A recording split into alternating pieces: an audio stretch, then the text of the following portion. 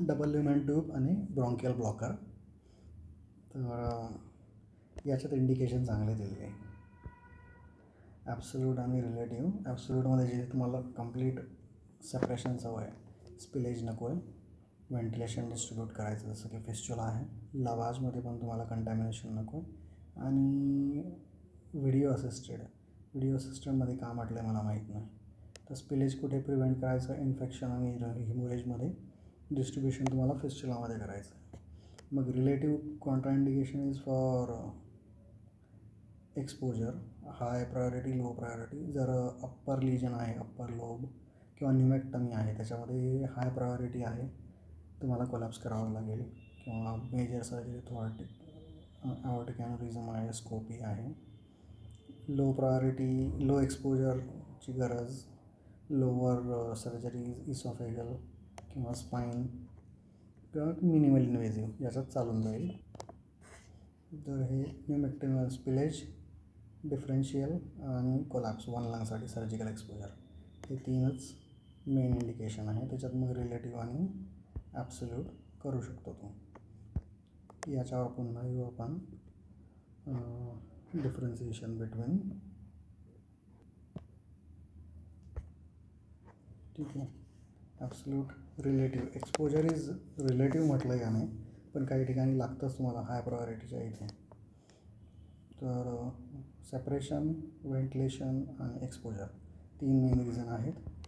नंतर मग फरक काय आहे दोघांमध्ये, DLT आणि ब्रॉन्कियल ब्लॉकरमध्ये.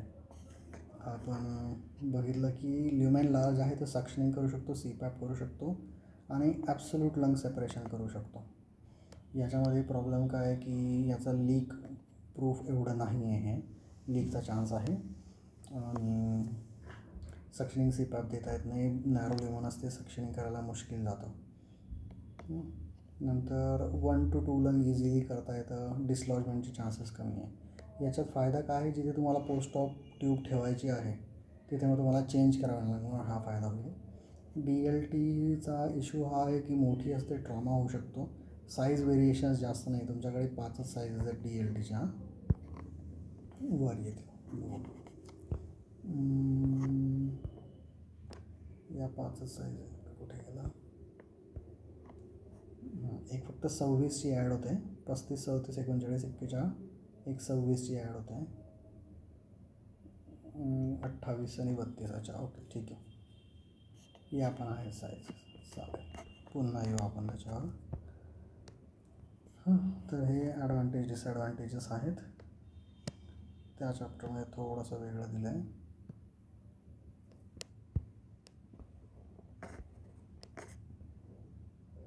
त्याच्यात एंडोब्रॉन्कियल ट्यूब पण दिलेली आहे इमर्जन्सीमध्ये, स्मॉल ॲडल्ट्स किंवा चिल्ड्रनमध्ये.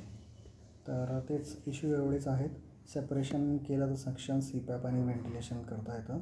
डिफिकल्ट ॲनाटॉमी आहे, ऑलरेडी पेशंट स्टोमॅटाइज आहे तर प्रॉब्लेम आहे, किंवा नेझल टाकायची आहे तरी, स्मॉल पेशंट आहे तरी, तर मग याच्यात ब्रॉन्कियल ब्लॉकर प्रिफर्ड आहेत. स्लीव्ह सर्जरी आहे, मग तिथे तुम्हाला ब्रॉन्कियल ब्लॉकर चालत नाही, तिथे तुम्हाला DLTच टाकावं लागेल. आणि इमर्जन्सीमध्ये मग तुम्ही एंडोब्रॉन्कियल ट्यूब टाका किंवा मग सिंगल ट्यूब टाकून मग ब्रॉन्कियल ब्लॉकर टाका. जर DLT आणि ब्रॉन्कियल ब्लॉकर दोघेही अवेलेबल नाही आहेत, तुमच्याकडे दुसरे, second line, third line option काय, चिल्ड्रन असतील, डिस्टॉर्टेड एअरवे आहे, तर फोगार्टी टाकू शकता, इवन फोलीज टाकू शकता. म्हणतो फोलीज टाकणार कशी, ती मॅलिएबल असते, आय डोंट नो. आणि एक युनिव्हेंट ट्यूब येते, त्याच्यामध्ये ब्रॉन्कियल ब्लॉकर ऑलरेडी इनबिल्ट आहे. तर हा इनबिल्ट आहे त्याच्यात जागा, तर ही एक ट्यूब टाकू शकतो. तर ब्रॉन्कियल ब्लॉकर, DLT आधी right sided, left sided 2 curves असतात, anterior curve, oropharyngeal or tracheal curve, bronchial curve second, दुसरा राईट किंवा लेफ्ट सायडेड असतील. तर left sided is always preferred even in left sided surgery. जिथे लेफ्ट टाकता येत नाही तिथेच राईट टाकतो आपण, जसं की लेफ्टचा लोब न्यूमेक्टमी करायची, पूर्ण अर्धा हेच काढायचं आहे लंग. लेफ्ट मेन ब्रॉन्कसला प्रॉब्लेम आहे किंवा ट्रान्सप्लांट करायचं आहे, तिथे आपल्याला काहीच चालणार नाही. किंवा ब्रॉन्कियलमध्ये ऑलरेडी ट्रॉमा झालेला आहे किंवा स्टेंट इन सिटू आहे, तरच मग तुम्हाला मग राईट साईड टाकावीच लागली तरच टाकतो आपण. तर प्रॉब्लेम का आहे की राईट साईडला मार्जिन कमी आहे, तुमचं लेंथ कमी आहे, 1/2 इंचच आहे, इकडे 2 इंच आहे. इकडे अँगलचा एवढा इश्यू नाही आहे, 20-40 आहे, 20 या साईडला आहे, 40 त्या साईडला आहे. तुमचा जो राईट अप्पर लोबचा जो आहे तो जवळ असतो आणि ॲनाटॉमी व्हेरी होते, म्हणून राईट साईडची आयडेंटिफाय करणं इझी आहे. त्याच्या कफमध्ये आय असते व्हेंटिलेशनसाठी, लेफ्ट साईडला काही आय नसते. ज्या साईडची सर्जरी त्या साईडचा तुम्हाला कोलॅप्स करायचा असतो,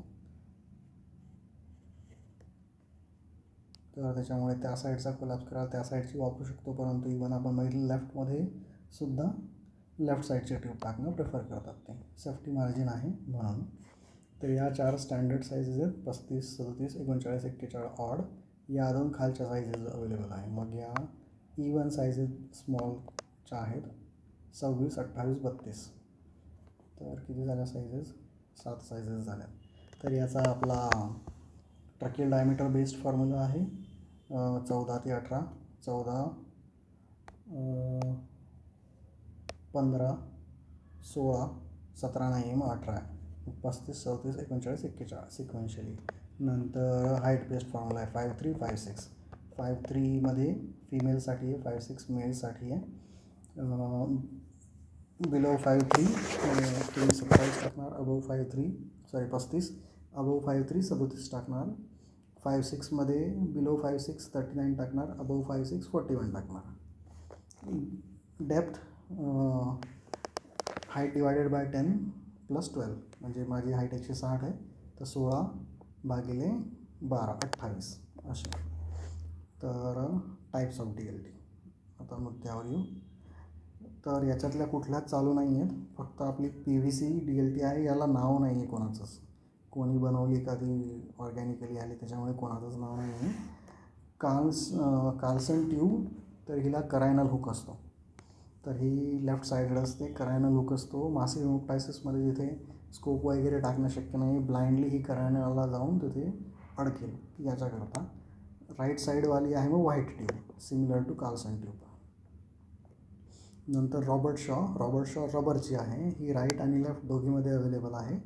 रबरची असल्यामुळे मल्टिपल यूज आहे. तर या कुठल्याही सध्या एक्झिस्टिंग नाही आहे, आपली PVCचीच एक्झिस्टिंग आहे. डी शेप ल्युमन असते, 20 डिग्री या साईडला अँगल आहे, 40 डिग्री त्या साईडला अँगल आहे, बिकॉज ऑफ त्या प्रकारचा ब्रॉन्कस. 2 कर्व आपण बघितले, oropharyngeal tracheal curve, proximal distal bronchial curve. Bronchial blue coloured असतो, ट्रकियलचा कलरलेस असतो. करायनल हुक यांच्यामध्ये नसतेच. तर याच्यामध्ये हा म्हणतो 5 साईजेस आहेत, पण तिकडे त्याने 6 साईजेस दाखवले आपला. तर हायेस्ट 41 6.5ची ल्युमन आहे, लोवेस्ट मग तुमची 4.5ची ल्युमन आहे.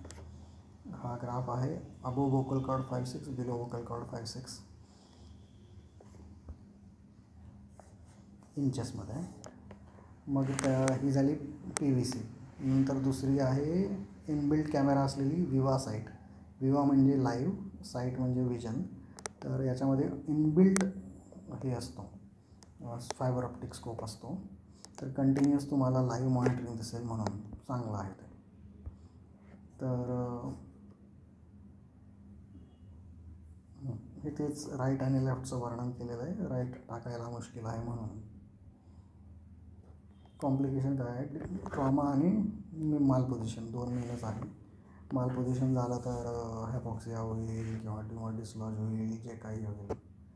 कन्फर्म कशी करायची? फायबर ऑप्टिक टाकून. Paediatric is 3.5, adult is 5 size, पण डिपेंडिंग ऑन मॅन्युफॅक्चर चेंज होतात. तर कन्फर्म करायला गोल्ड स्टँडर्ड तेच आहे. नंतर तुम्ही ऑस्कल्टेशन म्हणा, जे काही आहे कॅपनो म्हणा, ते करू शकता. कॅपनोचा काही संबंध नाही ऑस्कल्टेशनचा. डिस्ट्रीब्युशन बघून रिजनल आणि अल्ट्रासाऊंड पण करू शकता, पण डायरेक्ट विजन इज प्रेफर्ड म्हणून फायबर ऑप्टिक. मग DLT जिथे नाही टाकू शकत, गोल्ड स्टँडर्ड आहे, मग तिथे ब्रॉन्कियल ब्लॉकर टाकायचा. आपण बघितले चॉईसेस. पेशंट छोटा आहे, इमर्जन्सी आहे, ट्यूब पोस्ट ऑफ ठेवायची नाही आहे, डिस्टॉर्टेड ॲनाटॉमी आहे, किंवा नेझल टाकायचं आहे, ट्रकियोस्टोमीने टाकायचं आहे, तर तेच. याचे 5 प्रकार आहेत. Ant blocker, D silent ant blocker, याला लूप आहे, फ्लेक्झिबल नायलॉन वायर लूप आहे. त्याच्यामुळे फायदा आहे की तो फायबर ऑप्टिक स्कोपसोबत जातो. तोटा आहे की तुमचा जो टिप स्कोप ब्लॉकर आहे तो मागे असतो विजनच्या. नंतर कोहेन आहे. कोहेनचं फायदा हा आहे की याला व्हील आहे ट्विस्टिंगसाठी. कोहेन इज ट्विस्टेबल, तर याला तुम्ही एक व्हील असतं याच्याने ट्विस्ट करू शकता. मग फुजी आणि कुपटेक आहेत, हे प्री अँगल्ड आहेत, त्याचं काही विशेष वर्णन दिलेलं नाही आहे. नंतर मग EZ ब्लॉकर आहे, इझी ब्लॉकर. तर म्हणजे हा व्हाय शेप्ड आहे, तर तो तुम्हाला टाकायला इझी आहे, तो जाऊन करेनावर बसतो. परंतु कफ मात्र एकच आहे, दोन्ही कफ नाही आहेत. मग त्याच्यानुसार तुम्हाला टर्न करून तो टाकावा लागेल. एक प्रॉब्लेम आहे, ओन्ली एकच साईज आहे 7 फ्रेंचची. तर बलूनच्या साईजनुसार तुमचं ब्लॉकेज डिसाईड होणार आहे. याचं साईजचं फक्त एकच आहे की सक्शन वगैरे करायला तुम्हाला इझी पडेल, अदरवाईज काही इश्यू नाही. इन्सर्शन आणि कन्फर्मेशन तेच तुम्हाला फायबर ऑप्टिक ब्रॉन्कोस्कोप टाकावाच लागणार आहे. करायनाच्या कमीत कमी 1 सेंटीमीटर खाली तरी टाकावं लागेल तुम्हाला. ETT युजली तुमची 1 to 2 इंच अबोव करायना असते. त्याच्यातनं मग लुब्रिकेट करायचं, ब्लॉकर टाकायचा आणि ॲटलिस्ट 1 सेंटीमीटर खाली तुमचा बलून असला पाहिजे ब्लॉकरचा. कन्फर्म करायचं विजनने. थोडंसं पेशंट पोझिशन केलं तर ते हेड टर्न करून वगैरे तुमचं पोझिशन ॲडजस्ट करू शकतो. ब्रॉन्कियल ब्लॉकरचं एक महत्त्वाचं आहे की पेशंट पोझिशन चेंज करण्यापूर्वी तुम्हाला तो डिफ्लेट करावाच लागतो. डिफ्लेट करायचा, मग अंडर विजन पुन्हा इन्फ्लेट करावं लागेल. ब्रॉन्कियल ब्लॉकरचा प्रॉब्लेम हा आहे की ल्युमेन खूपच लहान आहे. तर प्रीऑक्सिजनेट N2 नायट्रस जो आहे, नायट्रोजन, ह्याचं सॉल्युबिलिटी कमी आहे. त्याच्यामुळे प्रीऑक्स विथ 100% ऑक्सिजन करायचा किंवा N2O सोबत, आणि मग त्याच्यानंतर डिफ्लेट करायचं. मग डिस्कनेक्शन टेक्निक, तुम्हाला व्हेंटिलेटरवरनं तो ट्यूब काढायची, लंगला तुम्हाला डिफ्लेट व्हायला अलाउ करावं लागेल. ब्रॉन्कियल ब्लॉकर डिफ्लेट करायचा, लंग अलाउ करायचा कोलॅप्स व्हायला, आणि मग त्याच्यानंतर हा इन्फ्लेट करायचा. त्याच्यानंतर थोडंफार उरलं असेल तर मग तुम्हाला सक्शन करावं लागेल, आणि थोड्या वेळात मग नायट्रस किंवा ऑक्सिजन ऑटोमॅटिकली ॲब्सॉर्ब होऊन ॲब्सॉर्प्शन लॅक्टासिस होऊन जाईल. तर आपण बघितलं की ब्रॉन्कियल ब्लॉकर कुठे आहे. DLTला ऑप्शन आहे जिथेही, फक्त याचं आयसोलेशन परफेक्ट नाही आहे, हाच एक इश्यू आहे. जिथेही मग डिफिकल्ट इंट्युबेशन आहे, नायझोट्रॅकियल आहे. सिलेक्टिव्ह लोबारसाठी याचा फायदा होऊ शकतो, पीडियाट्रिकमध्ये फायदा होऊ शकतो, जिथे DLTचा साईजचा इश्यू आहे, ट्रॅकियोस्टोमीमधनं टाकणं मुश्किल आहे, आणि जिथे पोस्ट ऑप लागणार आहे, कारण की मग DLT तुम्हाला चेंज करावं लागतं. पोटेन्शियल प्रॉब्लेम तेच आहे याची, ट्रॉमा आणि मालपोझिशन एवढंच आहे. तर याच्यानंतर ट्रॉमा एवढा नाही होत, मालपोझिशनच होणार आहे. डिसलॉज झाला की मग काय कंटॅमिनेशन व्हायचा चान्स आहे, म्हणून DLT is gold standard. That's it. Indication आपण बघितले.